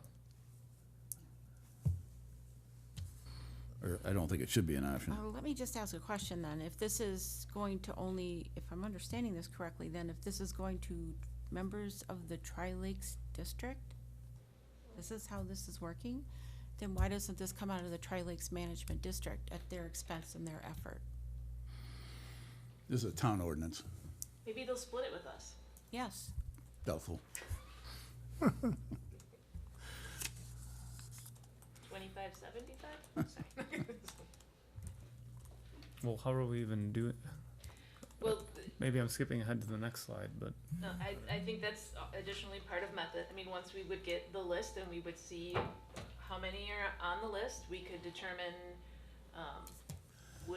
once we would have questions for them, would we mail them all that sheet, and we'd give them a deadline, and who would turn them in? We would cross-reference that to the list and provide you that in aggregate. The other piece is if we did something that was online, we mail them a postcard and say, here's the link. You can provide the input by this point in time, and the questions could be provided that way. I think if you mail something, it has to be mailed back unless it comes prepaid. Yep. You're not gonna get what you want. I have some experience with this with a township that did a community survey with, in relation to comprehensive plan. They had a very high turnout of responses. They sent it out and prepaid the postage back, and got a very high turnout to what they sent out. Let's look at, see what it costs. Yeah. Do you know how many are on the Tri-Lakes list? Off the- Offhand, not offhand. I think it's a little over 3,000, but not, don't quote me on that. I know that we would not have emails for all of those individuals. Well, right. So, yeah. Trying to reach people electronically isn't probably not a good idea. Right, but allowing them to input the survey electronically is greatly going to aid. The more electronic submissions you can get, the easier the tabulation of those results are going to be. Because your program, whether it be Google Forms or SurveyMonkey, will tabulate all those answers for you, as opposed to if you get 3,000 paper certificates in, imagine processing 3,000 absentee ballots on election night. Well, not only that, there're gonna be a narrative on some of them. Yeah. So the more people that could respond electronically, whether we inform them electronically or not, but the more people that we could get to respond electronically, the easier and better our data is going to be. Right, and then I would suggest that it's you can submit it on paper or electronically, and then someone is going to have to probably input the paper Yeah. copies into, so you have that as part of your electronic data. But because like older people, like my parents don't have a cell phone or a computer. You know, I mean, they have a computer, but you know what I'm saying. Concern. Lori has an additional question. I can't vote in this.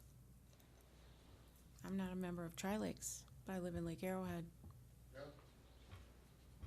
Just so you You're on the know. board, you can vote. We're not asking for a vote. You're asking No, for I'm just opinion. simply saying, this is gonna go out to Lake District members. You can recuse yourself if you don't want to vote. I'm just making a point. There's 3 Camelot Lake members here.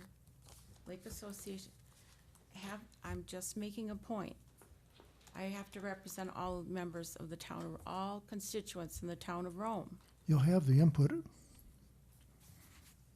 just saying. Not all of Lake Arrowhead is in the Lake District. And there's other people in the town of Rome that have a vested interest in We the just town of talked Rome. about that. They're not affected. Okay. Okay. All right. Back to the input questions. Does anybody have any more? I mean, we can just keep filling these up down the road. Again, I don't think we're under a timeline. This is not gonna happen until probably next year. Just wanna make sure we do it right. So if you wanted to spend some time with the questions, read through them. If any of the supervisors had additional questions, they want it added. If you wanted to provide them to me, and then again, we'll add them to our overall presentation here.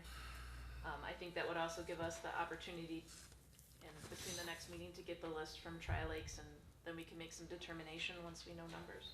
So ultimately, I'm thinking we want a couple questions, not just one. Yes, Yeah. I would think so, yeah. Again, there might be solutions out there we're not aware of, so. Yeah, and maybe it's not all, these questions that are here, these are just all examples that were either sent in or that we've added to the list as we've been having these conversations, so. Yeah, there was some in the Presque Isle I didn't agree with, but, okay. So we'll continue on. The saga continues. All right, number 17, discussion only accepting, oh, I'm sorry. Talking about BNC yet. I got more to say though. I was just waiting until. Questions? Yeah, go ahead.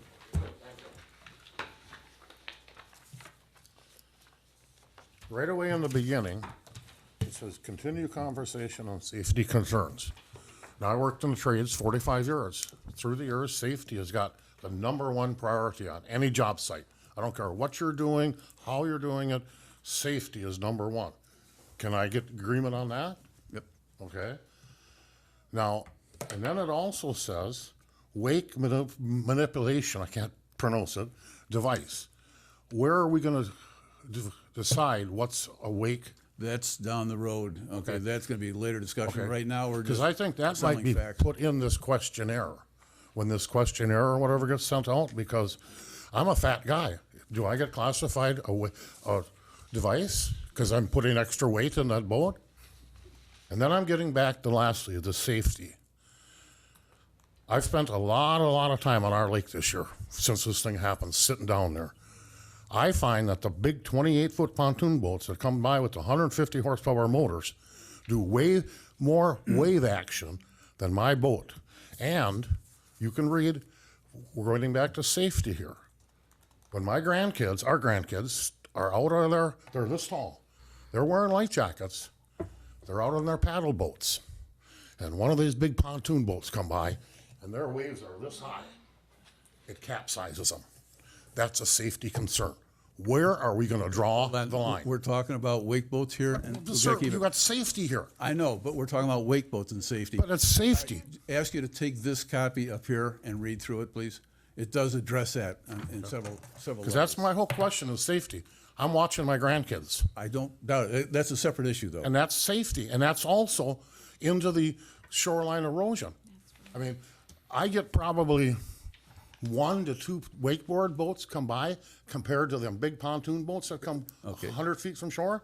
And Sir. that wave action washes my beach away. Sir, we are talking about wake boats here, nothing else. We can Okay. bring those All up right. later. I but thank you this for is wake listening to me and having me rate, but you're going after one special boat. That's right. Read, sir, take this copy. You can have mine. I will. Read it, I please. want to read it, sir. He is correct, though. When you go through and read that, they do bring up pontoon boats as well. You can't differentiate between the two because of the way they're making pontoon boats. And if you go to the different boat dealers, they do talk about that with those certain kind of inboard pontoon boats, because they're putting those on pontoons now that people can wake boat and wake surf and all these other activities behind them, and they can create those really huge waves as well, so you can't separate the two. Okay, last time I'm saying this discussion is on wake boats, okay? That's all we're gonna discuss. Any further conversation? Okay, we are done with 16. Number 17, discussion only, accepting town committee application requests and the review, selection, and appointment process. So there was a memo in the packet. This item was carried over from the last meeting. It just goes through what is our committee application process. It did include in the packet the chapter 20 out of our town code, commissions and boards, what the application looks like for committee membership, and an example of one of the recent advertisements that we had done for one of the committees, at CDA committee, I believe it is. And it just also then shares what we've had as far as for available appointments and applications received for those appointments.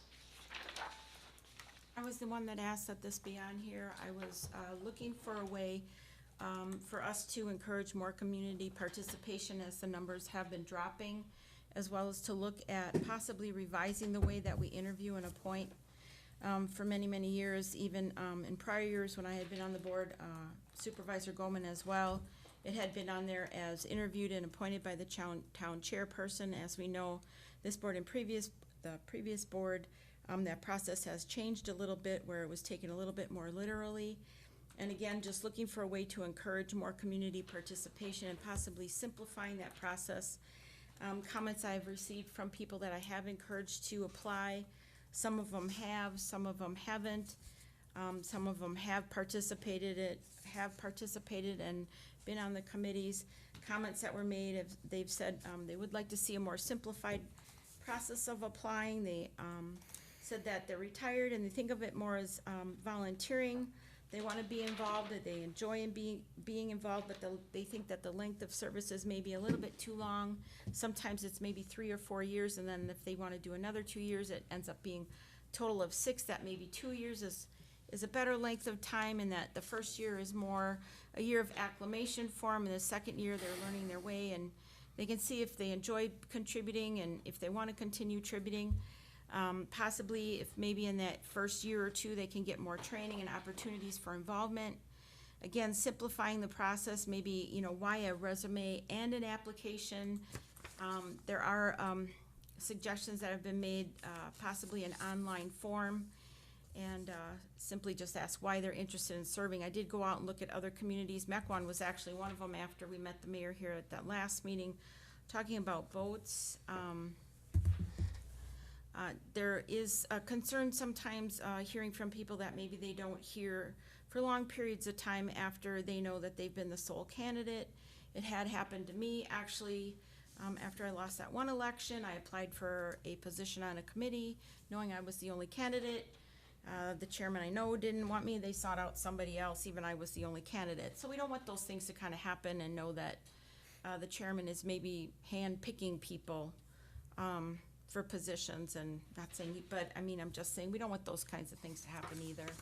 And I'm just thinking that maybe we can review our process and find maybe a unique and better way of getting people excited about being involved in our growing town. There's lots going on, and seeing the new faces get involved, especially like on the Parks Committee, that was really exciting to see that, and they're having a lot of freedom with that committee. It's exciting to see them being able to go out and explore the different things, contact the DNR, contact the school district, having the freedom to do that. And that's been some of the comments, as well as coming from people that have been involved on the different committees. So, and maybe another comment was having the process of allowing board members and even department heads be allowed to be involved in the interview process, like the library board being interested in being involved, as well as their department heads. They know.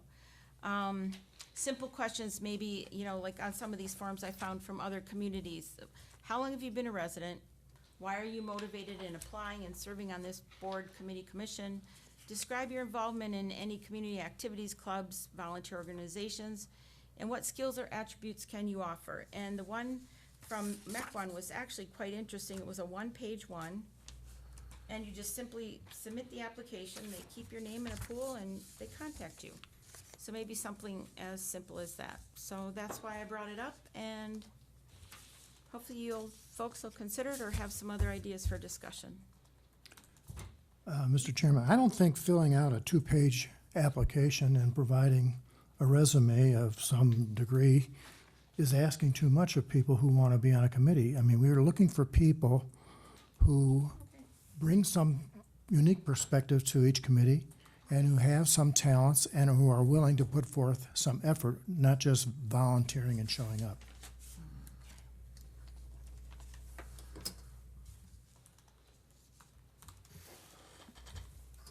I don't necessarily disagree. I do think the process is a little hard, but maybe, you know, we do need some background information. Maybe it can be streamlined. That's a possibility. And I'm not speaking for a future chairman, but for committees, I have invited other board members and I've invited department heads to come in on the application process, so. Yeah, if we were It's going been to change open. anything, that'd be the thing I would say Yeah, here I mean, under A. To me, that made perfect sense. I mean, I don't think the chairman should just sit there and dictate everything. I think he should be inclusive, have people inclusive and help on that. And I did that when I did the meetings this year. So, but I don't disagree about maybe streamlining this thing a little bit. Thoughts? Maybe we assign a committee of one, Lori, and have you come up with a change on that. I'd definitely look at it. Thoughts? Anybody else? Okay. We'll come back with it. Where are we at? 18, discussion of possible action, request from Lake Sherwood Property Owners Association to waive, one other question. Can I go back to 17? One other question. We do have some committees, though, that I believe the time is dictated by the state. Yeah, So we just have to differentiate those out. Well, time and membership, so there are things, we can't, There are a few that require Necessarily- 3 years, right? But we can look at other ones, for sure. we could examine all of our committees. There are some that we would not be able to change membership, Yep, qualifications, or term, because of statute. yep. Just as a reminder. Sorry about that. Okay, 18, discuss on possible action. Request from Lake Sherwood Property Owners Association to waive fees for police coverage services present at the Sherwood 4th of July, what? Didn't we already do this? No. Which took place July 2nd, 2022, and donate service fees to an organization of the board's determination. Got it. So there was a memo in the packet from the treasurer of the Lake Sherwood Property Owners Association. It was at $500 was the cost for that police coverage last year that was donated to the Van Schellen Pavilion project. And as he indicates in the letter, if the town board would waive those fees, they would donate them to a charity of the town board's choice. Can I get a motion? Does the motion need to include what charity we want it to go to? Yes. I don't know enough about who needs money in the town. We've got to They were- discuss that first. huh? They had named parks, hadn't they? They said last year that's where it went, and they said they're happy to do that, or whatever the town board would like. Seems good to me.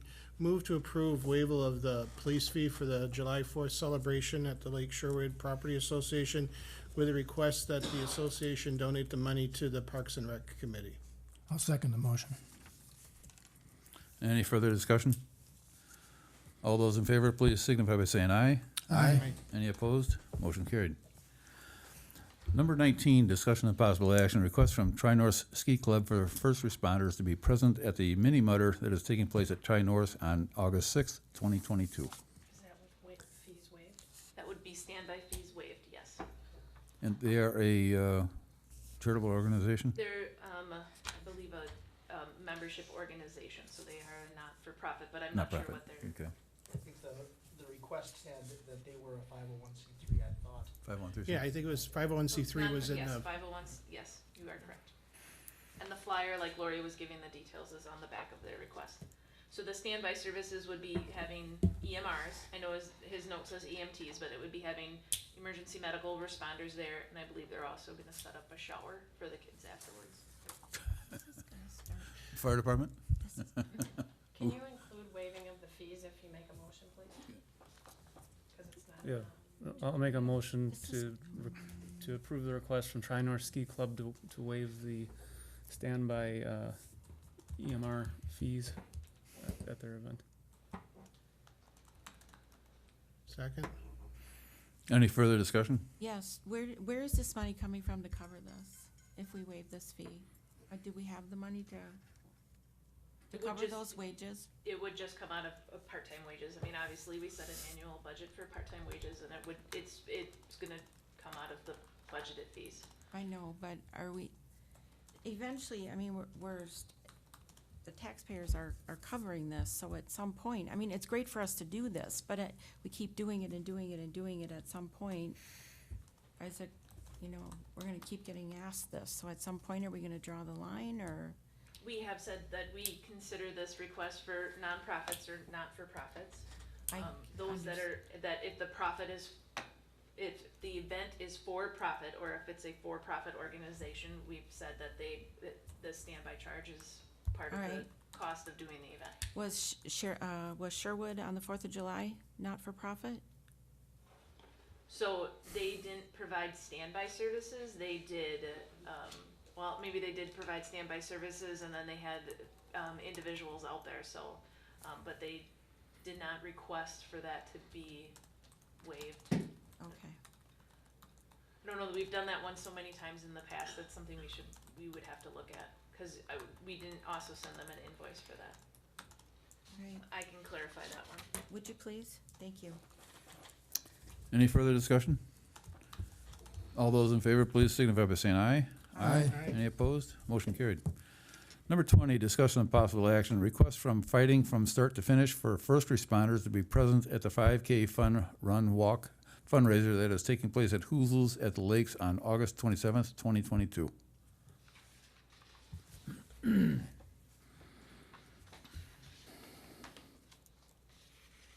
Lori, Jamie, do you have any information on this one? It's a 5K fun run.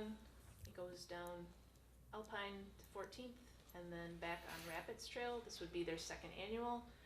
Fighting from Start to Finish is Casey and Megan Benz Foundation for Cancer. So they're asking for the fees to be waived. They're asking for the standby fees to have fire department EMRs there, yes. Again, if you can include it in Okay. your minutes. I move that we waive the standby fees for first responders for the Fighting to Start to Finish 5K run. Second. Any discussion? All those in favor, please signify by saying aye. Aye. Any opposed? Motion carried. Dates and items for future agenda meetings. 21, next agenda items. I heard an item regarding deer population that we Yep. would add to the next agenda. I heard that, actually, somebody stopped me and talked to me about that as well. I believe that's an issue over on the peninsula at Lake Camelot. But I think we should have some county officials from Land and Water, invite them to be our guests here. Two of them are actually on the Land and Water Committee, and I think that's something that should be taken up with the county. So I would invite them to be our guests here. So when you say county officials, do you mean supervisors or do you mean Yes, there's two people- there's two, and then the Land and Water, person. Because I think that maybe that might be a DNR take or something they might have to deal with. Because my understanding is that those deer are sickly, quite sickly, and the population's been growing. They apparently get out on this peninsula and they get stuck there and they really have no way of coming off of there. And I don't know how that's gonna be a town issue, but I'm willing to have that discussion, but, let's have the county officials help us with this. Carl, you've got contacts with USDA also, don't you? Would they Yeah, I was perhaps thinking have about some that. input for this? I'll talk to Mike from the USDA and see if they have any input on this.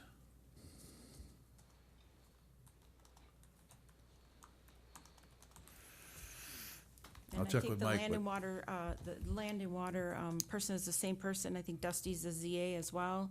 I think he's also the land and water person. So, and then our county officials, I think, are Phil on land and water and Scott Krug, our land and water, I believe. So they can come here and they can help them with that. I don't know if it would be Dustin or if it would be, whoever he has Anna as his maybe, or, yeah, leadership in that. that area. would be great. And then I would like to have Amber come back and discuss with us our audit. She was here for a brief time going over the audit with us, and we really didn't have an opportunity for questions. And I had gone over it quite extensively as well. So if there's other supervisors that have gone over it or had a chance to review it, I have a number of questions. So if we can have her come back in August, that would be great. So it's really gonna depend on Amber's schedule. Okay, So I would have. whenever she can come, then that She would say be if you great. had questions, she would welcome them over the phone? Oh, that would be fine. I'll call her. Great. Maybe we could schedule a time, cause I think it's good for us to hear those questions. No, I'll call her. That's fine, because I know exactly, but otherwise, if you want to have her come so we have town board oversight, that'd be great. Oh, she could have a call here though, too, I believe. That's what I'm saying. Yeah. If you wanted to schedule a time and we would call her together. Any other items? And if you have them, think of anything down the road, send them in. Number 22, next meeting date and time. Next meeting, it's already gonna be August, Mhm. August 4th at 5 PM. Okay, can I get a motion for adjournment? So moved. Second. All those in favor, please signify by saying aye. Aye. Any opposed? Motion carried.